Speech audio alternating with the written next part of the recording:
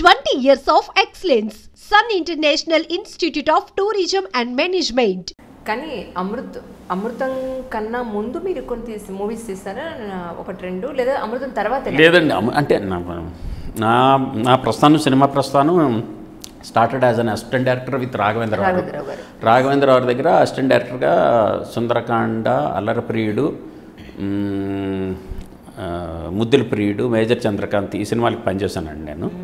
చేసిన తర్వాత మా నాన్నగారు వాళ్ళు దే స్టార్టెడ్ ఏ మూవీ అండి. అంటే విజయ ప్రసాద్ గారికి అప్పుడు రైటర్గా బొబ్బిలి సింహం అలాంటి వాటితో బాగా ఇది పేరు వచ్చిందండి. సబ్సిక్వెంట్గా నాన్నగారు నాన్నగారు డైరెక్షన్స్ వాళ్ళిద్దరు దర్శకత్వంలో ఒక సినిమా అర్ధాంగి అనే సినిమా మొదలుపెట్టాం. I wanted to learn all crafts అండి. అందుకని ప్రొడక్షన్ మేనేజర్గా దానికి చేశాను. ప్రొడక్షన్ మేనేజర్గా చేసుకుని సినిమా తాలూకు బడ్జెట్స్ అవన్నీ తెలుసుకోవచ్చు అన్న దీంతో చేసిన తర్వాత కాకపోతే అన్ఫార్చునేట్లీ ఆ సినిమా ఫెయిల్ అయింది. ఆ ఫెయిల్ అయ్యేసరికి దాని తాలూకు ఇంపాక్ట్ మా మీద బాగా కొట్టింది. అసలు ఏం చేయాలో తెలియలేదు. మళ్ళీ బ్యాక్ టు స్క్వేర్ వన్, డబ్బులు అన్నీ పోయినాయి. నా సొంత డబ్బులు కూడా ఇన్వెస్ట్ చేయడం జరిగిందండి అందులో. అవి కూడా ఇది అయ్యేసరికి కొంచెం ఏం చేయాలో తెలియనటువంటి పరిస్థితి. అప్పుడు గంగరాజు గారు మ్యూజిక్ ఆల్బమ్ ఒకటి చేశారండి పెద్దంతోటి. ఆయన మా వదనికి అన్నగారు అండి. ఆయన సబ్సిక్వెంట్గా జస్టలో అని చెప్పేసి ఒక కంపెనీ పెట్టడం, ఇలా సీరియల్స్ చేస్తున్నాం, దాన్ని హైదరాబాద్ షిఫ్ట్ అయిపోయి అప్పుడు నాకు పెళ్ళి మెడ్రాస్లో ఉన్నా. అప్పుడే ఇక్కడికి వచ్చాయి అని చెప్పేసి నన్ను అంటే వచ్చేసాను. మీ అమ్మాయి చాలా బాగుంటుంది. Great compliment. నేను చూసి చాలా రియలీ అనుకున్నాను. థ్యాంక్స్ అండి, మీ కాంప్లిమెంట్ చెప్తాను తనకి. సబ్సిక్వెంట్గా ఇక్కడికి రావటంతో అన్ని రకాల సీరియల్స్ చేద్దాం మనం అంటే నేనంటే we thought of doing comedy అనమాట అండి. కామెడీ చేసి ఒక వీక్లీ చేద్దాం కామెడీ అని చెప్పేసి నేను మల్లిక్ గారిని అప్రోచ్ అవ్వటం, ఆయన ఒక బేస్ కథ రాసి ఇవ్వటం, తర్వాత దాన్ని వారం గంగరాజు గారితో పాటు నేను కూడా స్టోరీలో కూర్చుని దాన్ని మెరుగులు దిద్దటంతో మొదలైనది. ఆల్మోస్ట్ అమృతం తాలూకు first 80 episodes, first 10 episodes Chandrasekhar గారు చేశారు, ఏలెట్ చంద్రశేఖర్ గారు. తర్వాత నేను డైరెక్ట్ చేశానండి. ఒక 50 ఎపిసోడ్స్ వరకు ఐ డైరెక్టెడ్ అండి. I have return, directed and acted అండి. అప్పుడు కూడా ధర్మవరపు గారు యాక్ట్ చేయాలి అందులో బాస్ క్యారెక్టర్. ధర్మవరపు గారికి నువ్వు నేను సినిమా రిలీజ్ అయ్యి ఆయనకు బిజీ అయిపోయి డేట్స్ క్లాష్ అయిపోతున్నాయమ్మా, చేయలేను నేను, మీ దాంట్లోకి రాలేను అని అన్నారు. సో ఇట్ వాజ్ ఇంకా రేపు షూటింగ్కి వెళ్ళాలి టైంలో ఇంకా నువ్వు చేయని చెప్పేసి చంద్రశేఖర్ తను బలవంతం చేశాడు. So I was an accidental actor అనమాట అండి. I was accidental actor.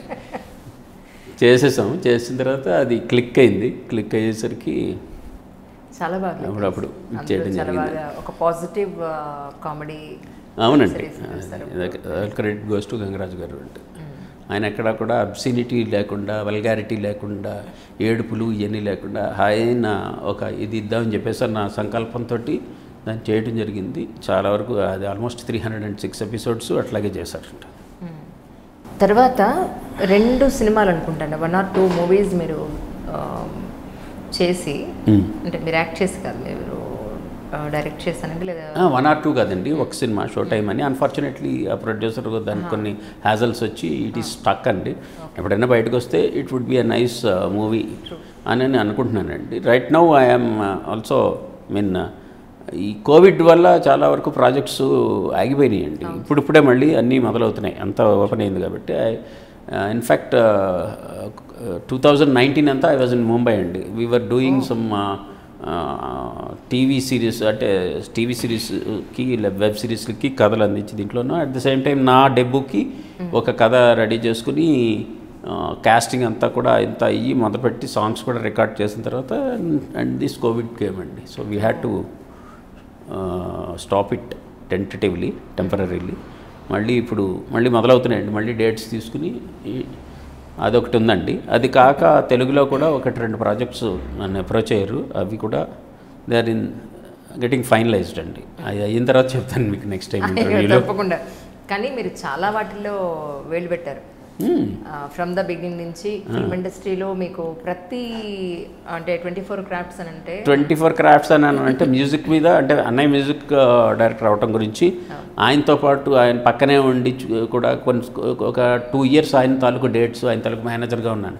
ఆ టైంలో రికార్డింగ్స్ అన్నీ చూడటం, రోజు అక్కడే కూర్చొని ఉండటంలో బ్యాలెన్సింగ్లు అవన్నీ ఆయనతో పాటే చూడటంలో కొంత చిన్నప్పుడు కూడా చూసాం, ఆయన అసిస్టెంట్గా చేసేటప్పుడు చూసాం, తర్వాత ఆయన మ్యూజిక్ డైరెక్టర్ అయిన తర్వాత కూడా చేయటం జరిగింది.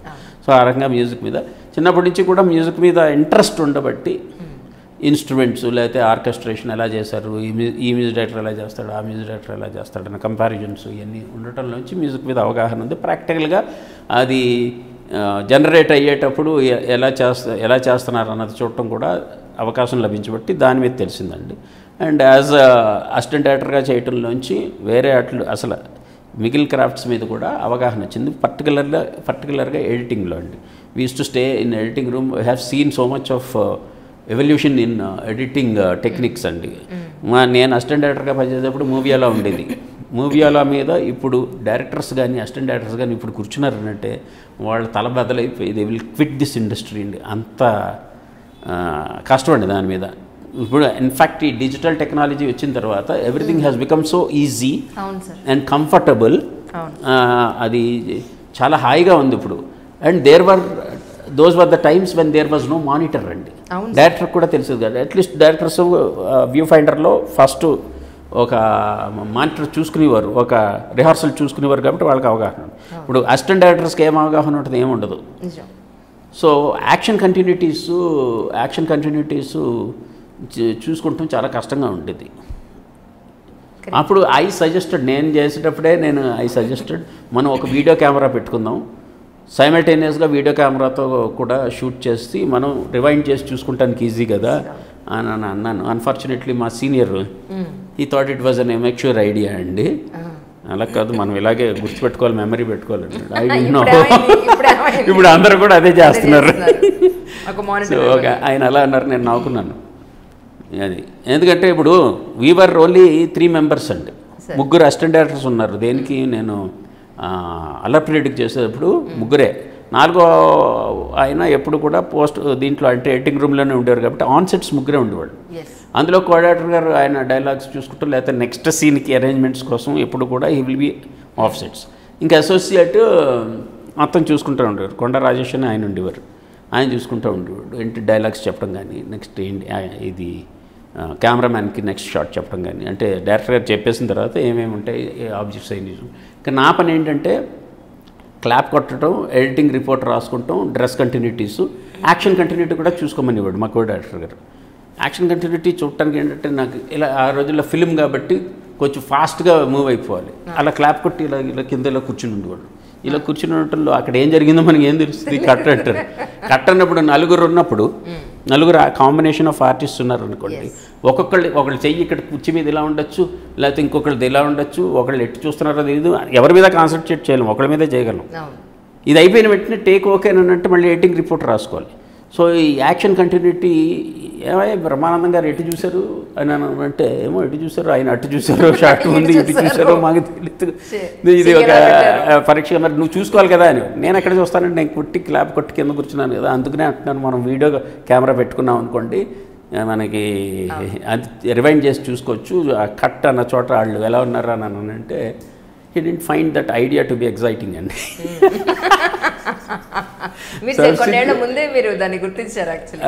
సబ్సిక్వెంట్గా మేము సీరియల్స్లోకి వచ్చి అసలు మా మాటకు వస్తే సినిమాల్లో కంటే సీరియల్స్లో ముందు వచ్చిందండి. మానిటర్స్ ముందు ఉన్నాయి. Serials use to have a good action continuity, ఎందుకంటే వాళ్ళు చూసుకునేవారు కాబట్టి రివైండ్ చేసి చూసుకుంటాం ఈజీ. అట్లాగే 2 కెమెరా టెక్నిక్ కూడా నేను అమృతలో చాలాసార్లు వాడానండి. నాకు 2 కెమెరాస్ టెక్నిక్లోంచి ఏమైంది అని అంటే అసలు ఎడిటింగ్ చాలా స్మూత్గా ఉండేది. ఇప్పుడు మీరు పెట్టుకున్నట్టే పెట్టేసివ్వండి, ఒకటి ఇలా పెడితే అటు ఇటు అన్నీ వచ్చేసింది. ఆ డైలాగ్ తర్వాత కట్ ఎక్కడ కూడా జర్క్ ఉండేది కాదు. కరెక్ట్. మనకి ఇక్కడ ఇబ్బంది అయినా ఆ ఫ్రేమ్ తీసుకుంటాం, అది ఇబ్బంది అయినప్పుడు ఈ ఫ్రేమ్ తీసుకుంటాం ఆబ్వియస్లీ. దీంట్లో ఎడిటింగ్ అన్న దాంట్లోంచి చెప్పేది ఏంటంటే అండి, నా మిస్సెస్ నాతో పాటు అమృతంకి పనిచేసింది సీత. తను FCP నేర్చుకుంది. సుధాకర్ గారు అని ఆయన దగ్గర FCP నేర్చుకుని ఫైనల్ కట్ ప్రాపర్టీ అందరూ కూడా యావిడ్లోనే చేసేవారండి. అవునండి, అవును. అది ఫైనల్ కట్ ప్రో Gangaraju garu he is an Master. Avid believer in Apple products అండి. సో ఎఫ్సిపి తెప్పించారు. ఎఫ్సిపి తెప్పించి దాన్ని మాన్యువల్ అది చూసి కొంత సుధాకర్ గారి దగ్గర నేర్చుకుని తను షీ స్టార్టెడ్ ఎడిటింగ్ ఇట్ అనమాట. సో లక్కీగా తను ఉండటంలోంచి నా ఇష్టం వచ్చినట్టు తీసినా సరే తను అన్నీ ఎడిట్ చేసి ఇదంతా పర్ఫెక్ట్గా పెట్టేది.